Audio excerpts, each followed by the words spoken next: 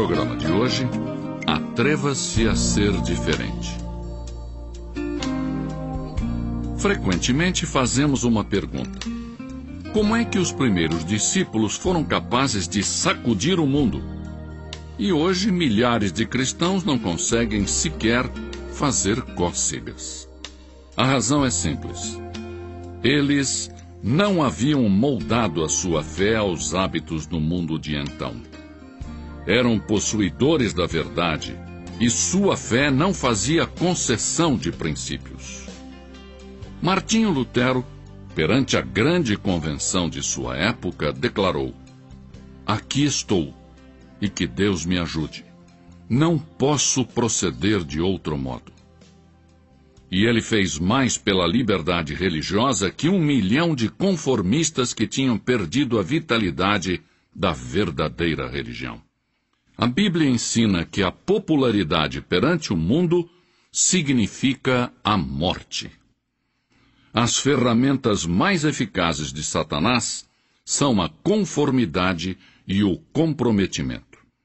Ele sabe que um homem plantado no meio de um povo pagão é capaz de fazer com que muitas pessoas se voltem para Deus e declarem: "Porque não me envergonho do Evangelho de Cristo, que é o poder de Deus para a salvação de todo aquele que crê." Romanos 1,16.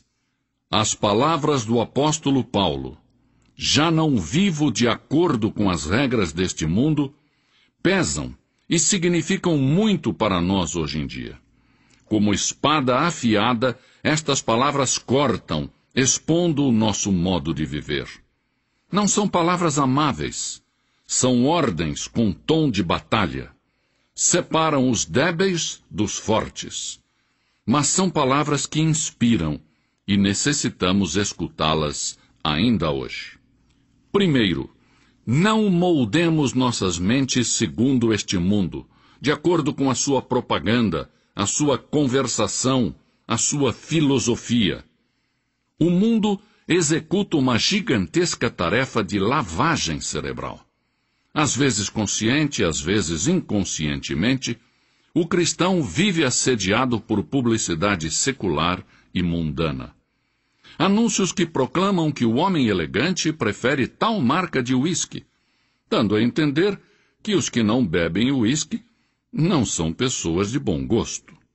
Muitos espetáculos, inclusive no domingo, são dirigidos a quem tem sede de violência, sexo e desrespeito à lei. Parece que um cérebro poderoso e diabólico rege os assuntos deste mundo, e que o seu objetivo principal é lavar o cérebro dos crentes para que se amoldem a este mundo. As coisas do mundo ameaçam contaminar a corrente de pensamento cristão.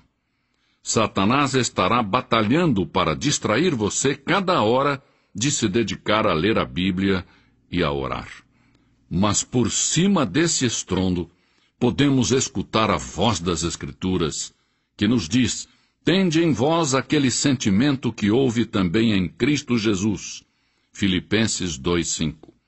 "E não vos conformeis a este mundo, mas transformai-vos pela renovação da vossa mente, para que experimenteis qual seja a boa, agradável e perfeita vontade de Deus."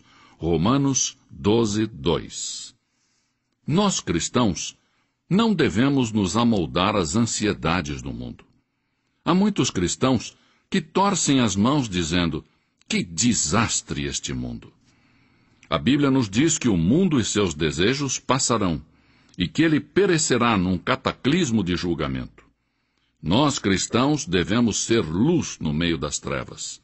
E a nossa vida deve mostrar tranquilidade, paz e gozo no meio da frustração, da confusão e da desesperança. Em segundo lugar, não devemos nos amoldar ao mundo no físico. Este nosso corpo está destinado a ser templo do Espírito Santo. Não devemos nos prostrar perante os templos de Baal. Devemos apresentá-lo completo a Deus, como sacrifício vivo. O nosso vestir, as nossas atitudes e os nossos atos devem ser todos para a honra e a glória de Cristo. O propósito de Deus para nós é que nos amoldemos à imagem do seu Filho. O mundo pode pressionar, tentando deformar-nos, mas Cristo nos disse: transformai-vos pela renovação da vossa mente, para que experimenteis qual seja a boa, agradável e perfeita vontade de Deus. Em terceiro lugar, não devemos nos moldar ao mundo no aspecto social. O mundo tenta nos absorver, metendo-nos em sua sociedade secular e moldando-nos à sua imagem mundana. Mas Cristo nos estimula a não nos ajustarmos a esses critérios. Disse sobre os que creem nele: eles não são do mundo, assim como eu não sou do mundo. João 17:16. Uma grande parte da nossa conversação é mundana e não espiritual. É fácil copiar os hábitos do mundo e passar as noites falando de política, de esportes, modelos de automóveis ou espetáculos da moda.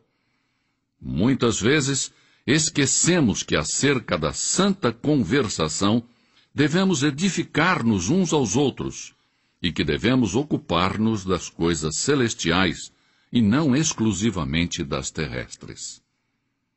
É certo que Jesus comeu com publicanos e pecadores, mas ele não se deixou ser absorvido e moldado pelo grupo. Ao contrário, ele aproveitou cada oportunidade para apresentar a verdade espiritual e levar as almas da morte para a vida. Os nossos contatos sociais devem ser não apenas agradáveis, mas também úteis, como oportunidades para compartilhar a nossa fé com aqueles que ainda não conhecem a Cristo de perto. Em quarto e último lugar, não devemos nos moldar ao mundo quanto ao aspecto espiritual. Não devemos ajustar-nos àquele que o mundo define como religioso, mas devemos esforçar-nos para cumprir o que Deus exige para sermos seus discípulos. Nos tempos de Isaías, nenhuma nação era tão religiosa quanto Israel. O templo, estava sempre cheio. O sangue dos sacrifícios fluía no altar. O povo observava estritamente as festas religiosas, e na casa de Deus ressoavam as orações. Mas o culto de Israel carecia de profundidade, de devoção genuína. A nação estava deteriorando a moral, apesar de que as multidões enchiam o templo. Pela boca de Isaías, Deus então disse: não continueis a trazer ofertas vãs. O incenso é para mim abominação. As luas novas, os sábados e as convocações de assembleias, não posso suportar a iniquidade e o ajuntamento solene. Isaías 1:13. Logo, Isaías indicou ao povo como voltar a obter o favor de Deus. A este povo, que era membro da igreja, a este povo que tinha sido educado de acordo com as formalidades das suas leis religiosas, mas que não vivia corretamente durante a semana, Isaías os advertiu acerca do castigo divino. Logo, disse-lhes como se purificar do seu pecado. Isaías disse: lavai-vos, purificai-vos, tirai de diante dos meus olhos a maldade dos vossos atos. Cessai de fazer o mal. Vinde, pois, e arrazoemos, diz o Senhor. Ainda que os vossos pecados são como a escarlata, eles se tornarão brancos como a neve. Ainda que são vermelhos como o carmesim, tornar-se-ão como a lã branca. Isaías 1:16-18. Há milhares de pessoas que não se entregam a Jesus Cristo porque se moldaram ao mundo. Temem ser chamados de fanáticos ou de puritanos. Mas o cristão verdadeiro não é conformista. Assim, apelo aos cristãos de todas as partes que se tornem seguidores fiéis de Jesus Cristo, que não se amoldem ao mundo, mas antes, dia após dia, se transformem na própria imagem da pessoa de Jesus Cristo. E você? Você que está ouvindo este programa e ainda não conhece a Jesus de perto. O meu convite a você é para que entregue agora mesmo o seu coração, a sua vida, por completo a Jesus. A sua vida se renovará e você será uma nova pessoa em Cristo Jesus. Deus assim o abençoe. Amém.